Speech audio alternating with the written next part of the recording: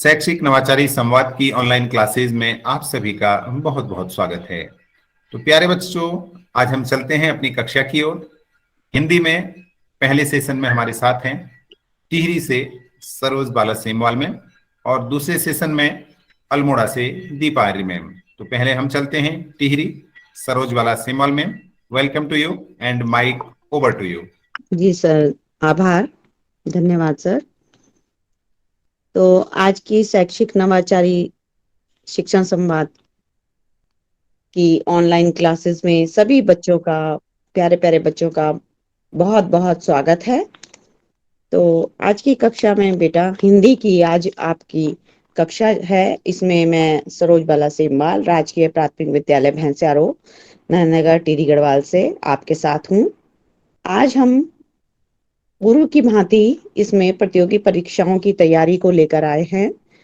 अब आप लोगों की काफी सारी 5 में बच्चे सैनिक स्कूल की और जवाहर नवोदय की, राजीव नवोदय की परीक्षाओं की तैयारी करते हैं, जिसमें कि अपठित गद्यांश आप लोगों के पास हिंदी में आते हैं, जो आपका 25 अंक का होता है और 25 अंक का आपका गणित का आता है और बाकी आपका मानसिक योग्यता वाला 50 नंबर का आता है।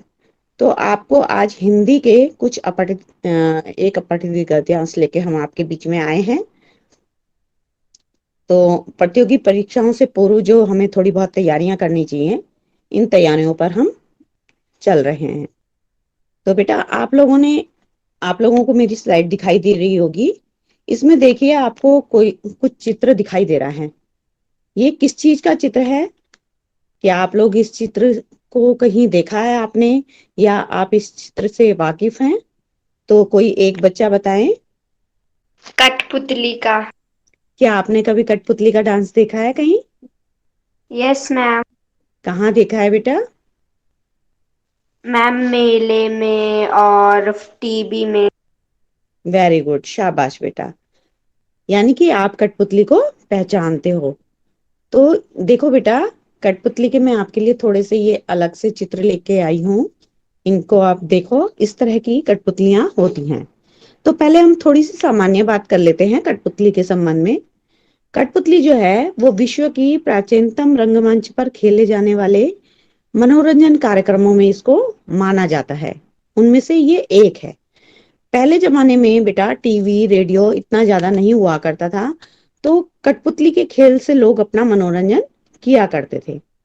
कठपुतलियों से जो है विभिन्न प्रकार के गुड्डे गुड़ियां, जोकर ऐसे बनाए जाते थे कि जिनको नाटक के रूप में प्रयोग किया जाता था, या डांस के रूप में या खेल के रूप में प्रयोग किया जाता था। इनका नाम कठपुतली क्यों पड़ा, इस बात को जानने की सबको बड़ी उत्सुकता रहती है। तो बेटा, पहले जो होता था, बहुत पूर्व समय में कठपुतलियां जो होती थी वो लकड़ी की बनाई जाती थी। लकड़ी, जिसको हम कास्ट बोलते हैं, इसकी बनाई जाती थी। तो ये मजबूत भी होती थी और काफी लंबे समय तक चलती थी। तो कठपुतलियों को हमारे भारतवर्ष में बहुत महत्व दिया जाता था, और इनको मेले में, जैसे अभी आपने बोला, मेले वगैरह में इसका डांस वगैरह दिखाया जाता था, तो बच्चे बड़े खुश होके इसको देखते थे। और हर वर्ष 21 मार्च को विश्व कठपुतली दिवस के रूप में ये मनाया जाता है। कठपुतली शब्द बेटा, इसकी उत्पत्ति ऐसे करके हुई है कि कठपुतली जो शब्द है वो पुतलिका के संस्कृत शब्द से बना हुआ शब्द है, और पुत्तिका और लैटिन शब्द प्यूपा, इन दोनों से मिलके जो है ये बना है, और इसका मतलब होता है कि छोटी गुड़िया। इस कठपुतली कला का जन्म हमारे भारत देश में ही हुआ है। अगर आपने कभी टीवी पर विक्रम बेताल या सिंहासन बत्तीसी इस टाइप की कहानियां देखी होंगी, तो सिंहासन बत्तीसी जो कहानी थी बेटा, उसमें आपने सुना होगा कि सिंहासन पर कितनी कठपुतलियां लगी हुई थी, 32। और वो किस चीज की बनी थी बेटा? लकड़ी की। तो ये कठपुतलियों का प्राचीन समय से बहुत महत्व है, बल्कि जब से हमारे यहाँ टीवी वगैरह या सोशल मीडिया ज्यादा हुआ है, तब से थोड़ा सा कठपुतली का कम हो गया है। और राजस्थान में तो अभी भी कठपुतलियां बहुत ही महत्वपूर्ण मानी जाती हैं, और कठपुतलियां बहुत ज्यादा मात्रा में दिखाई भी देती हैं। इनके रंगमंच भी वहां पर बहुत ज्यादा दिखाई देते हैं। तो बेटा आज हम आपके लिए कठपुतली से ही संबंधित एक छोटा सा गद्यांश लेके आए हैं।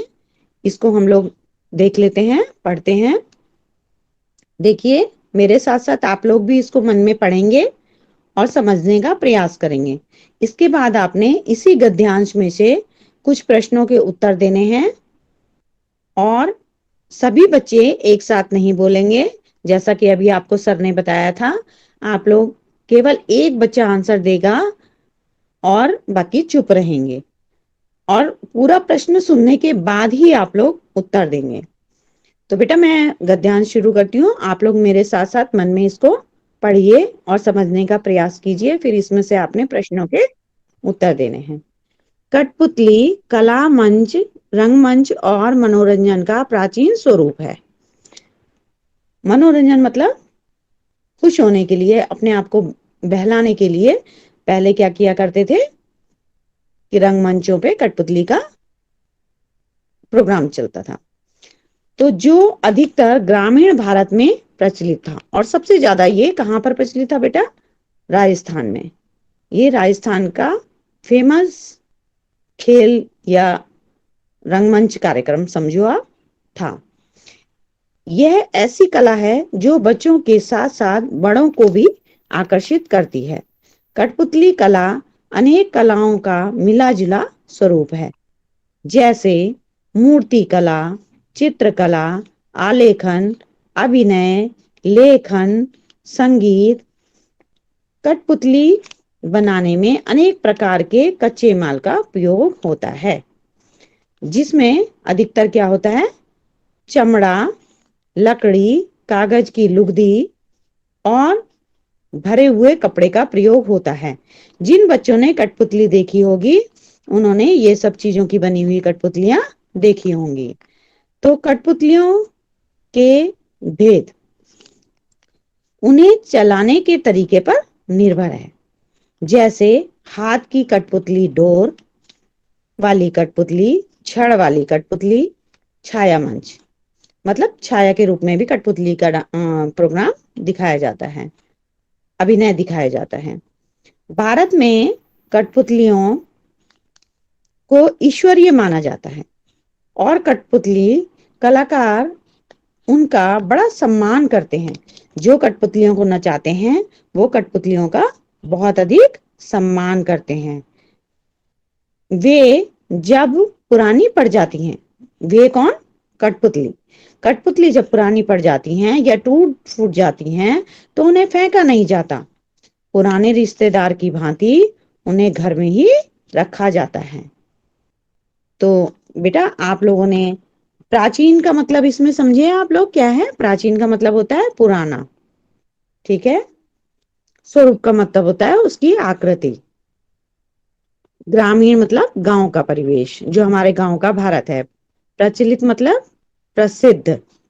तो आप लोगों ने ये सब चीजें ध्यान से अगर सुनी होंगी तो आप इन प्रश्नों का उत्तर देंगे। पहला प्रश्न है बेटा आप लोगों के लिए, कठपुतली कलाकार कठपुतली चालन के निम्नलिखित में से किसका उपयोग नहीं करते? अब इसमें ऑप्शन है आपके लिए, नंबर 1 हाथ, नंबर 2 छड़, नंबर 3 रस्सी, नंबर 4 डोरी। अब आप इस प्रश्न को दोबारा से ध्यान से पढ़िए बेटा और उसके बाद इसका उत्तर दीजिए, क्योंकि जो गद्यांश के प्रश्न होते हैं उनके उत्तर जो हैं ऑप्शन के वो बहुत कुछ मिलते जुलते होते हैं। उसको समझकर देना पड़ता है, नहीं तो आपका उत्तर गलत हो सकता है। तो आप इसमें से बताइए ऑप्शन क्या होगा सही? मैम रस्सी। रस्सी, हाँ रस्सी बेटा। तो कठपुतली जो चलाई जाती है इसमें रस्सी का उपयोग नहीं किया जाता है। छड़ का उपयोग किया जाता है, हाथ का भी किया जाता है और डोरी का भी किया जाता है, ठीक है। रस्सी का उपयोग नहीं किया जाता। आपका दूसरा प्रश्न है बेटा, पुरानी और टूटी फूटी कठपुतलियों को फेंका नहीं जाता क्योंकि आपके ऑप्शन है, नंबर 1 उनका बड़ा सम्मान किया जाता है, नंबर 2 उनकी मदद हो सकती है, नंबर 3 वे दीवारों की सजावट के काम में आती हैं, नंबर 4, उन्हें बेचा जा सकता है। तो इसका ऑप्शन क्या होगा? हाँ, उनका सम्मान किया जाता है। अभी आपने गद्यांश में पढ़ा था कि कठपुतलियों को बहुत सम्मान से रखा जाता था। आपका प्रश्न है, तीसरा प्रश्न, किसके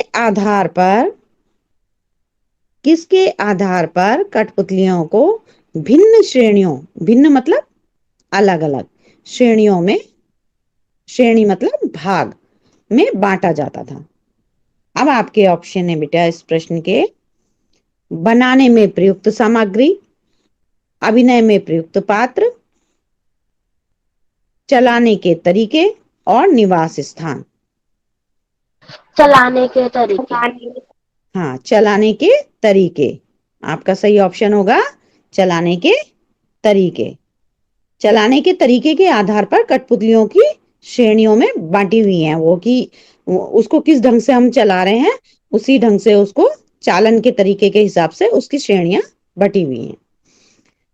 चौथा प्रश्न है बेटा आपका, कठपुतली कला से मनोरंजन होता है, केवल बच्चों का होता है या वयस्कों का होता है केवल, या महिलाओं और बच्चों का होता है, या बच्चों और वयस्कों का होता है? बताइए बेटा आंसर। बच्चों और वयस्कों का। हाँ जी, बच्चों और वयस्कों का। वेरी गुड बेटा, शाबाश, बहुत अच्छा। इसका मतलब आपने ध्यान से गद्यांश को पढ़ा है। अब आपका अगला प्रश्न है बेटा, कठपुतली कला का अंग नहीं है। अब कौन सी कला का अंग नहीं है आपको ये बताना है। मूर्ति कला का अंग नहीं है, पढ़ने का अंग नहीं है, संगीत का नहीं है, या चित्रकला का नहीं है? कोई एक बच्चा आंसर दीजिए। मैम पढ़ने का। हाँ, पढ़ने का। मैम पढ़ना। वेरी गुड बेटा, शाबाश। कठपुतली जो है वो पढ़ना कला का अंग नहीं है। बाकी सब में कठपुतली मतलब मनोरंजन के लिए, चित्रकला के लिए, संगीत के लिए, मूर्ति कला के लिए, सब में कठपुतली का इस्तेमाल किया जाता है। तो धन्यवाद बेटा, आज का आपका पैराग्राफ यहीं पर समाप्त होता है। आपने इस पैराग्राफ को, इस गद्यांश को अपनी पुस्तिका में लिखना है और इसके प्रश्नों के उत्तर भी लिखने हैं। इसमें जो कठिन शब्द आए हैं आपके गद्यांश में, कुछ कठिन शब्द हैं जैसे कठपुतली, जैसे देखिए कठपुतली, कठपुतली, मनोरंजन,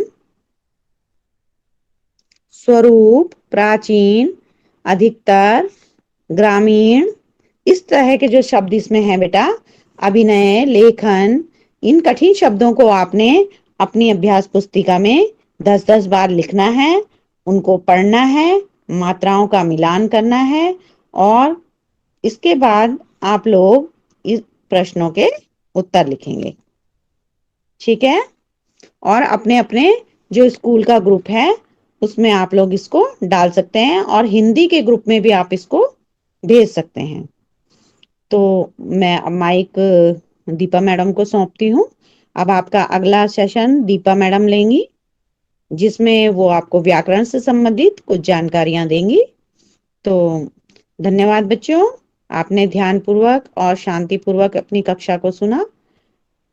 आगे की कक्षा Deepa madam. Madam, mike over to you. हाँ जी बच्चों, तो हम आज प्रतियोगी परीक्षाओं में जैसे कि जवाहर नवोदय या राजीव नवोदय में पूछे जाने वाले प्रश्न, व्याकरण से संबंधित प्रश्न, जो कि बहुत महत्वपूर्ण होते हैं, 2 या 4 नंबर के या 6 नंबर के आ सकते हैं, उसमें आते ही हैं वो। तो उन प्रश्नों पर हम आज बात करेंगे। जैसे कि एक शब्द हमने पढ़ा है, हम अपने पाठों में, पाठ्य पुस्तक में या अपनी कहानियों में इन शब्दों को काफी बार पढ़ते हैं, और इन्हें स्पष्ट समझने के लिए आज हम यहाँ आपके लिए लाए हैं। जैसे कि लोकोक्तियां। बच्चों, लोकोक्तियां किसी विशेष स्थान पर प्रसिद्ध हो जाने वाले कथन को लोकोक्तियां कहते हैं। तो बच्चों, आज हम लोकोक्तियों के बारे में कुछ उदाहरण सहित पढ़ेंगे, और इसी तरह से दूसरी जो व्याकरण में हमारा प्रयोग किए जाते हैं और पूछे जाते हैं हमसे, हमारे पाठ्य पुस्तक के अभ्यास प्रश्नों में भी आते हैं। मुहावरा, मुहावरा भी यह शब्द अरबी भाषा से लिया गया है जिसका अर्थ होता है अभ्यास।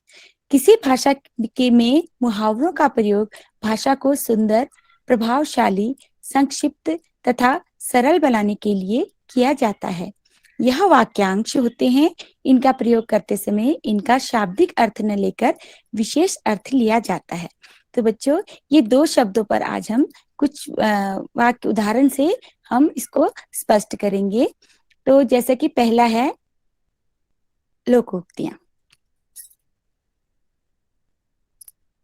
तो मुहावरे और लोकोक्तियों में जैसे कि यहाँ पर कुछ लिए गए हैं, हमारे द्वारा कुछ मुहावरे लिए गए हैं। इन मुहावरों में देखेंगे जैसे कि आस्तीन का सांप। आपने देखा होगा किसी पाठ में ऐसा आता है, किसी बात में कोई कहता है कि वो तो आस्तीन का सांप है, तो इसका मतलब उनकी आस्तीन में सांप नहीं है। हम उसका शाब्दिक अर्थ न लेते हुए उसका एक विशेष अर्थ होता है जो उसे समझा जाता है। तो उसका अर्थ इसमें 4 ऑप्शन दिए हैं। जो हमारे प्रश्न पूछने का प्रकार होगा हमारी प्रतियोगी परीक्षा में, नवोदय की परीक्षा में, एक मुहावरा होगा, उसके 4 उत्तर होंगे। तो उन 4 उत्तर में जो सही उत्तर होगा हमें वह ढूंढना होगा। तो आस्तीन का सांप से हमें स्पष्ट होना चाहिए, जैसे कि भयंकर व्यक्ति, जहरीला व्यक्ति, कपटी मित्र, डंक मारने वाला।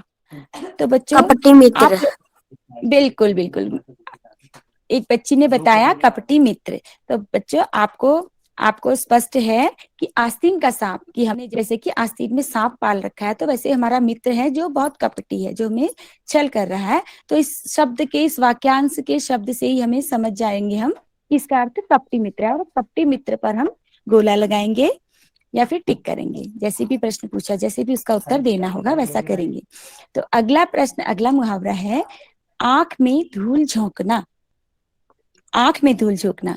ए, कमजोर करना, बी, धोखा देना, सी, झूठ बोलना, और डी, 9 2 11 होना। तो आप लोग जो भी अनम्यूट हो धोखा सकते हैं। देना। वेरी गुड बेटा, यहाँ पर लिखा भी उत्तर धोखा देना। आंखों में धूल झोंक देना, धोखा देना। तो हमें इसका एक अर्थ, इसका मतलब ये नहीं कि किसी आंख में हमने धूल डाल दी है, मिट्टी डाल दी ना।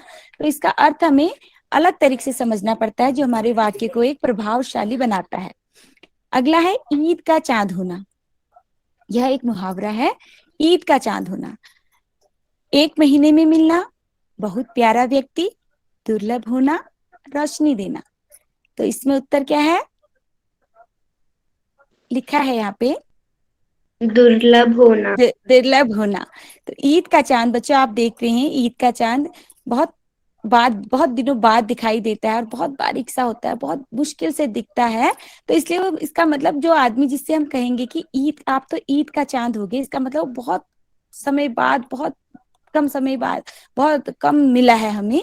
तो ईद का चांद से उस भाषा में बोला जाता है, और जिसका मतलब हम सब समझते हैं कि बहुत दिनों बाद मिला है और दुर्लभ मिला है, बहुत समय बाद, बड़ी मुश्किल से मिला है।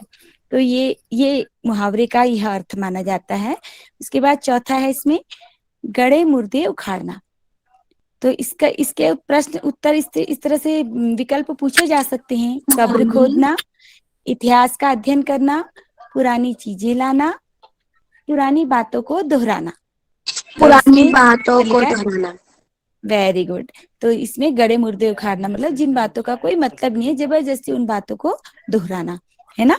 तो ये पुरानी बातों को दोहराना, इस वाक्य से हम ये सोचेंगे, ये अनुमान लगाते हैं। तो बच्चों, इसी तरह से आपको बहुत सारे मुहावरे आपको पढ़ने होंगे, जो आपकी किताबों में होंगे, या आपकी किताब जो प्रतियोगी परीक्षा वाली किताब होगी उसमें होंगे, या फिर स्कूल में आपको कराए होंगे। जरूरी नहीं यही आएंगे, इसी प्रकार से आपको तैयारी करनी होगी। तो जिससे आपको अधिक से अधिक मुहावरे अगर याद होंगे, उनके अर्थ पता होगा, उन्हें आपने प्रयोग किया होगा, तो आप उसका उत्तर अच्छे से वहां पर दे पाएंगे। अगला है जैसे छाती पर मूंग दलना। तो ए है असंभव कार्य करना, बी दुख देना, सी कठिन कार्य करना, डी मूंग की दाल खाना। तो क्या होगा इसमें? दुख देना। दुख देना, छाती पर मूंग दलना मतलब बहुत दुख देना, है ना। तो ये इसका मतलब समझे हम, जबकि इसमें साफ अगर कोई बच्चे को मुहावरे से या इससे कोई पता नहीं होगा, जैसे क्लास सेकंड में बच्चा होगा तो वो सोचेगा छाती के ऊपर मूंग दली गई ना। पर आप 4 और 5 में पढ़ते हैं, मुहावरे का मतलब आप जान रहे हैं, पहचान रहे हैं, तो आप उसका मतलब छाती पर मूंग दलना का मतलब दुख देना समझ जाएंगे। तो आप इसका उत्तर ये देंगे। अगला है थोथा चना बाजे घना। थोथा चना बाजे घना, तो इसका इसका भाव है, इसका मतलब क्या होगा? खाली व्यक्ति बातें अधिक करता है, थोथे चने में अधिक आवाज आती है, गुणहीन व्यक्ति अधिक दिखावा करता है, मूर्ख व्यक्ति वाचाल होता है। तो इसका उत्तर यहाँ पर हमने लिखा है, व्यक्ति अधिक दिखावा करता है। थोथा चना मतलब जो खाली चना होता है, खोखला होता है, वो ज्यादा आवाज करता है ना। तो इसका मतलब गुणहीन व्यक्ति से लगाया कि जिसके अंदर है तो कुछ नहीं पर ज्यादा हल्ला कर रहा है, तो वह गुणहीन व्यक्ति इसको माना गया है।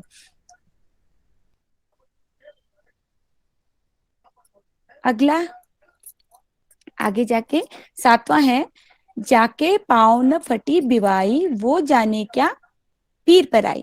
यह एक लोकोक्ति है। यह ऐसी लोकोक्ति जिसका लोकोक्ति में हमने अभी पढ़ा था, मतलब कि किसी विशेष स्थान पर प्रसिद्ध हो जाने वाले कथन को लोकोक्ति कहते हैं। तो एक प्रकार यह लोकोक्ति है कि किसी ने यह बात कही और यह प्रसिद्ध हो गई, ये बात प्रसिद्ध होगी। अब इस बात पर जो बात फिट बैठती है तो यहाँ पर यह बात कही जाती है, जिससे कि उसका भाव मतलब समझ आ जाता है। तो इसको एक बार फिर से मैं दोहरा रही हूँ, सुनेंगे ध्यान से। जाके पाँव न फटी बिवाई वो क्या जाने पीर पर आई। तो इसका मतलब होगा, जैसे आप देखेंगे, बिना दुख भोगे दूसरे के सुख का अनुभव नहीं होता। दूसरों के दुख को समझने के लिए पैर में बिवाई फटना आवश्यक है। बिवाई फटने पर ही दूसरे की पीड़ा का पता चलता है। दूसरों का मजाक नहीं उड़ाना चाहिए। तो बच्चों इसका उत्तर आप देख रहे हैं, ए लिखा है ना। बिना दुख पढ़िए।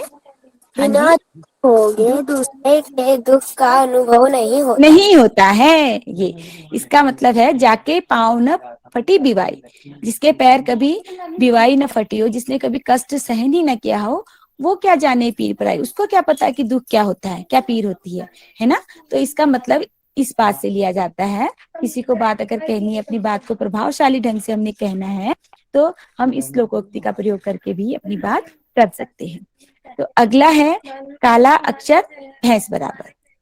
काला अक्षर भैंस बराबर, तो बेटा इसका मतलब काला अक्षर भैंस के बराबर थोड़ी ना होता है। तो इसका मतलब देखो, ए है, स्याही का रंग काला होता है, अक्षर भैंस की तरह काले रंग का होता है।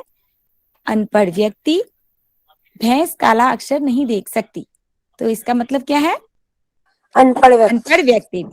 अनपढ़ व्यक्ति जिसने कभी लिखा नहीं है, जो अक्षरों को पहचान नहीं रहा है, तो उसके लिए काला अक्षर भैंस के बराबर। तो ये एक मुहावरा है और इसे लोग अक्सर कहते हैं, आप लोग ने भी सुना होगा, इसे लोग अक्सर अपनी बातों में बताते हैं, किसी को बात सुनाते हैं या फिर अपनी बात में कहते हैं। तो बच्चों यह लोकोक्तियां और मुहावरे आपको बहुत से अधिक आपको देखने होंगे, पढ़ने होंगे, इनकी एक सूची बनानी होगी, जिसे कि आप अपने बार बार पढ़ेंगे, आपको याद होंगे, और उन्हीं में से कुछ आपके प्रतियोगी परीक्षाओं में पूछे जाएंगे, जिसके आपको बिल्कुल एग्जैक्ट नंबर मिलेंगे, सही नंबर मिलेंगे, और आप अपनी प्रतियोगी परीक्षा में हिंदी विषय में आगे बढ़ सकेंगे। तो बच्चों इसी प्रकार से अभी हमने मुहावरे और लोकोक्तियों के बारे में संक्षिप्त जानकारी दी और उनकी परिभाषा से आप लोगों को समझाया। तो बच्चों आप लोगों को समझ में आया कि इन बातों को, इनका मतलब आपने जितनी भी लोकोक्तियां मुहावरे यहाँ पर पढ़े, आपको उतने तो समझ में आ गए, उससे अधिक भी आपको और ढूंढने हैं और उनकी सूची बनानी है। आप अपनी तैयारी कर रहे होंगे प्रतियोगी परीक्षा की, क्योंकि अभी कक्षा 5 का रिजल्ट आ चुका है और अभी हमारे पास टाइम है 30 अप्रैल तक। तो आप इस बीच हिंदी भाषा में यह काम भी करेंगे कि अधिक से अधिक लोकोक्तियां और मुहावरों को अपने बुक्स से, अपनी व्याकरण की किताब से, अपने टीचर से उनकी सूची बनाएंगे और उनके अर्थ और उनके भाव को स्पष्ट करते हुए अपनी कॉपी में नोट करेंगे। तो इसी प्रकार बच्चों भाषा व्याकरण में हिंदी में कुछ तत्सम और तद्भव शब्द भी पूछे जाते हैं, जिसको हम शुद्ध अशुद्ध भी कह देते हैं, कभी शुद्ध अशुद्ध नहीं होते हैं वो। तो इसके लिए हमें पढ़ने के लिए इसमें इनकी परिभाषा इनकी हमें पढ़नी होगी। देखिए, तत्सम शब्द, संस्कृत भाषा के कुछ शब्द ऐसे होते हैं जो हिंदी में भी बिना परिवर्तन के प्रयुक्त होते हैं, उन शब्दों को तत्सम शब्द कहते हैं। तो तत्सम शब्द बच्चों संस्कृत भाषा के हैं और हम उन्हें हिंदी भाषा में भी प्रयोग करते हैं। अभी हम उदाहरण देखेंगे। हम उनको वैसे ही लिखते हैं। वैसे भी हम जानते हैं कि जो हिंदी भाषा है वह संस्कृत भाषा से ही निकली है और दोनों की लिखने की लिपि देवनागरी लिपि है। हम वर्णमाला द्वारा ही संस्कृत और हिंदी लिखते हैं। तो इसमें कुछ शब्द संस्कृत के ऐसे होते हैं जिनको हम हिंदी भाषा में भी प्रयोग करते हैं, पर उनका हिंदी अर्थ कुछ अलग होता है, जिन्हें हम तत्सम और तद्भव शब्दों से जानते हैं। अगला है तद्भव शब्द। तद्भव शब्द की परिभाषा यहाँ पर है। तद्भव शब्द वे शब्द हैं जिनमें थोड़ा सा परिवर्तन करके हिंदी में प्रयुक्त किया जाता है। तो इन शब्दों की परिभाषा को हम कुछ शब्दों से जानेंगे। बच्चों, जिस तरह से इसमें कुछ समझाने के लिए कुछ उदाहरण के रूप पे तत्सम शब्द कैसे होंगे और तत्सम का तद्भव क्या होगा, इसके बारे में कुछ शब्द लिए गए हैं। जैसे कि आपके यहाँ प्रश्न आ सकता है आपके पेपर में कि घर का तत्सम शब्द होगा घर का। ए धान, बी भवन, सी ग्रह, डी सदन। तो क्या है बच्चों यहाँ पर उत्तर? मैम सी ग्रह। गृह, गृह, ठीक है, ग्रह नहीं होगा, ग्रह नहीं, ग्रह तो फिर वो प्लेनेट हो गया ना। गृह, गृह है। तो यह, हाँ जी, वेरी गुड बेटा। तो ये घर का तत्सम शब्द गृह है। अगला है चांद।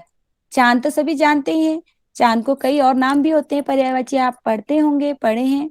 तो चांद का तत्सम शब्द होगा चंदा, बी सी चंद्र, सी इंदु, डी चंद्रमा। तो इसमें क्या दिया है मैम बी चंद्र। गुड, बी चंद्र दिया है। तो हमें बच्चों जानना होगा, क्योंकि चांद ये सारे चंद्रमा के चांद के ही पर्यायवाची हैं, पर हमें तत्सम और तद्भव शब्द में पहचान करनी होगी। तो चंद्र शब्द है इसका तत्सम शब्द होगा। आगे है तीसरा प्रश्न है, पहाड़ का तत्सम होगा। पहाड़ का तत्सम होगा पर्वत, बी पाषाण, सी शैल, डी चट्टान। तो इसमें क्या है बच्चों? इसमें तो स्पष्ट लिखा है, आपको सिर्फ पढ़ना है और समझना है। मैम बी पाषाण। बी पाषाण, पाषाण है। तो जो पहाड़ का तत्सम शब्द है इसमें, तो हमें इस तरह से इसका शब्द देना पड़ेगा। जबकि हम जानते हैं कि पर्वत भी पहाड़ का पर्यायवाची है, शैल भी, चट्टान भी, पर पहाड़ का तत्सम शब्द पाषाण होगा। आगे है अगला, आग का तत्सम शब्द होगा ए अनल, मैम अग्नि। बी वहनी, सी अग्नि, डी पावन। ये आग के पर्यायवाची शब्द हैं, पर आग का तत्सम शब्द अग्नि होगा। तो बच्चों, ये सिर्फ 4 शब्द आप लोगों को इसको स्पष्ट करने के लिए कि ये दोनों तत्सम तद्भव शब्द होते हैं, जैसा कि परिभाषा में हमने स्पष्ट किया। सभी बच्चे इस परिभाषा को नोट करेंगे। आपके ग्रुप में यह परिभाषा, ये स्लाइड सभी आएंगी। इसी प्रकार से आप इनकी परिभाषा नोट करेंगे और अपने तत्सम और तद्भव शब्दों की बहुत सारी, करीब 20, 25, 50 जितने भी आपको मिल सकती है उनकी सूची तैयार करेंगे। तो जिससे कि आपकी बहुत अच्छी तैयारी हो जाएगी। आपको अधिक से अधिक तत्सम और तद्भव शब्द याद होंगे। तो उसमें से 4 या 5 प्रश्न इसके आएंगे, या 2 प्रश्न भी आ सकते हैं, 4 भी आ सकते हैं। तो आपके परीक्षा प्रश्न पत्र को हल करने में बहुत ज्यादा मदद मिलेगी। तो बच्चों, आज की क्लास में आपने अपठित गद्यांश, लोकोक्तियां, मुहावरे इनकी परिभाषा और कुछ उदाहरण सहित और तत्सम और तद्भव शब्द की परिभाषा और उदाहरण आपने पढ़ी। तो बच्चों, आप इन सब की जो भी आज की क्लास में आपने पढ़ा, इन सब की सूची बनाएंगे और अपनी कॉपी में सुंदर लेख में लिख के इनको ढूंढेंगे, खोजेंगे, लिखेंगे। आप देखो, खुद ढूंढेंगे तो आपको ढूंढने में जो मजा आएगा ना, वो सीधे उतारने में नहीं आता है। आप अपनी बुक से, अपने व्याकरण की किताब से, अपने क्लासरूम में क्लास टीचर से, तो ऐसे करके आप अपने तत्सम और तद्भव शब्द की सूची बनाएंगे और मुहावरे और लोकोक्तियों की भी आप अधिक से अधिक संख्या में उनको नोट करेंगे और याद करेंगे। तो आपकी बहुत अच्छी तैयारी होगी। तो इसके साथ ही आज की क्लास में बच्चों इतना ही। अगली क्लास में अगले सोमवार को हम लोग इसी प्रतियोगी परीक्षा के लिए कुछ नया लेके आपके बीच आएंगे और तब तक आप ये काम पूरा करेंगे। आप सब लोगों को अपनी तैयारी के लिए बहुत बहुत शुभकामनाएं। और हर दिन अलग विषय की कक्षा सभी ज्वाइन करेंगे, अपने साथियों से भी कहेंगे और सभी बच्चे टाइम से ज्वाइन करेंगे तो हमें भी अच्छा लगेगा और हम नई नई जानकारियां और नई नई प्रश्नों की तैयारी आप लोगों को बताते रहेंगे। अल्मोड़ा से हमारे मीनू मैम जुड़ी हैं। मैम, अगर कोई एक्टिविटी आज है तो आप वेलकम। जी मैम। नमस्कार सर, नमस्कार सभी को। नमस्कार मैम। हाँ, नमस्कार मैम। सभी बच्चों, प्यारे बच्चे सब लोग जुड़े होंगे यहाँ पे और बच्चों ने भी, मैम ने बहुत अच्छी तरह हिंदी में आप लोगों को काफी तत्सम तद्भव और बहुत सारी चीजें बताई। इससे पहले भी मैम आप लोगों को बता रही थी तो सब बच्चों ने सीखा होगा। तो मैं आनंदम की एक, आज तो मंडे है तो ध्यान की प्रक्रिया होगी एक, तो ध्यान वाला ही कर लेते हैं। तो अब बच्चे, आज तो वीडियो भी बच्चों का ऑफ है, अगर भी वीडियो ऑन कर लेंगे बच्चे तो दिखाई देगा। बच्चों वीडियो ऑन जो कर बच्चे लीजिए वीडियो ऑन कर सकते, हाँ कर सकते हैं तो कर लीजिए।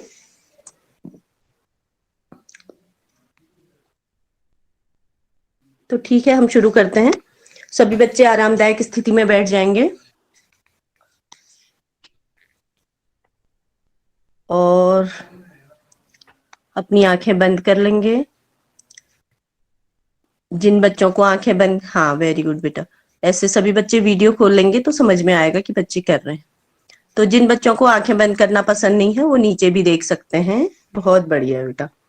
तो और एक, अब हम आरामदायक स्थिति में बैठ गए हैं, हमारी आंखें बंद हैं या हमने नीचे नजरें करके बैठे हुए हैं हम लोग, और लंबी गहरी सांस लेंगे। लंबी गहरी सांस, सांस आ रही है और सांस जा रही है। अपना पूरा ध्यान अपनी सांसों पर केंद्रित करेंगे।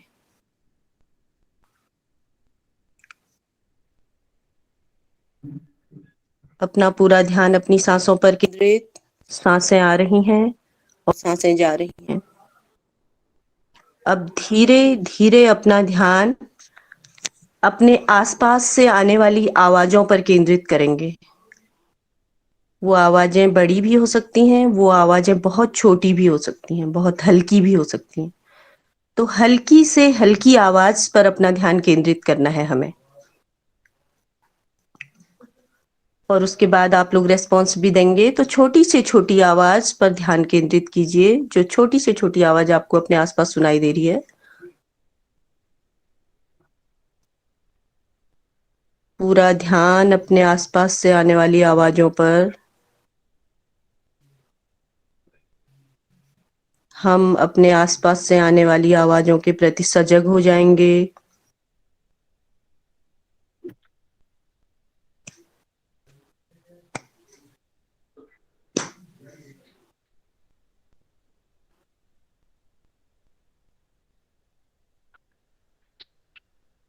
बहुत सी आवाजें हमें सुनाई देती हैं, लेकिन आज हम छोटी से छोटी आवाज पर अपना ध्यान केंद्रित करेंगे।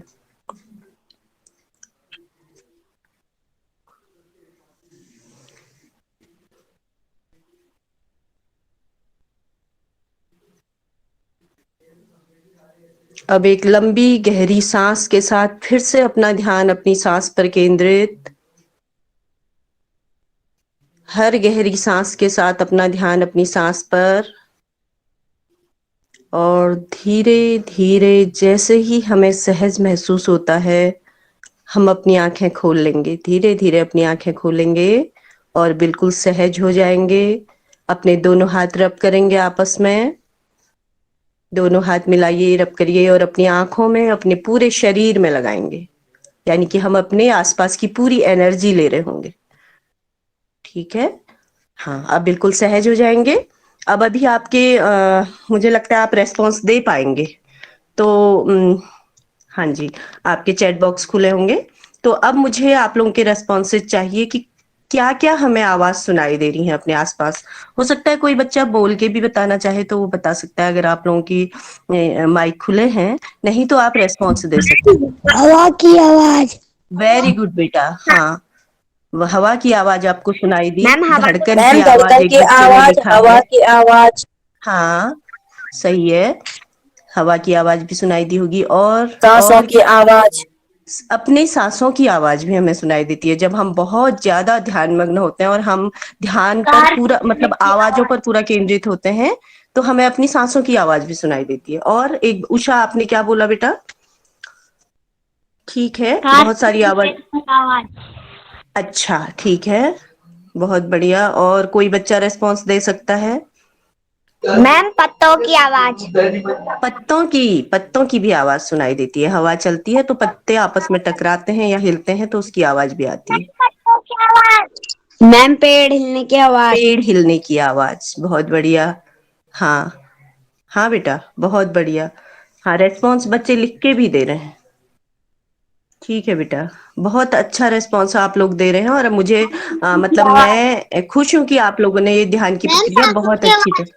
हाँ बेटा, हाँ, सांसों की आवाज, हाँ, दिल के धड़कने की। हाँ बेटा, थैंक यू, आप लोगों को भी बहुत बहुत धन्यवाद।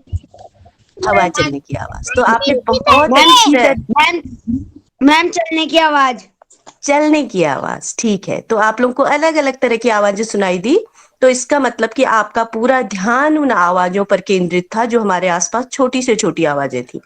तो आज ये हमारी ध्यान की एक छोटी सी प्रक्रिया थी। इसे कहते हैं माइंडफुलनेस। क्या बोलते हैं? माइंडफुलनेस। तो माइंडफुलनेस में आज हमने क्या किया? अपने आसपास की आवाजों पर ध्यान केंद्रित किया। तो इस तरह से हमारी एक ध्यान की प्रक्रिया पूरी हुई। आप सभी बच्चों ने बहुत सहयोग दिया और बहुत अच्छे रेस्पॉन्सेज दिए। तो थैंक यू सो मच बच्चों, थैंक यू आनंदम की इस प्रक्रिया को बहुत अच्छी तरह करने के लिए। थैंक यू बेटा, thank you, thank you all of you. अब आप लोग जब नया वो पढ़ेंगे, अभी कुछ आपसे बातें करेंगे मैम लोग, तो आपको और अच्छा महसूस होगा और अच्छी तरह कंसंट्रेट हो पाएंगे आप लोग। तो thank you so much. Yes ma'am, thank you sir. Thank you ma'am. आप साथियों, अगर अभी तक आपने इस चैनल को सब्सक्राइब नहीं किया है तो प्लीज सब्सक्राइब का बटन दबाकर इसे सब्सक्राइब करें, घंटी का बटन दबाकर ऑल नोटिफिकेशंस ऑन कर दें ताकि हमारे लेटेस्ट वीडियोज आपको मिलते रहें। आपका बहुत बहुत धन्यवाद।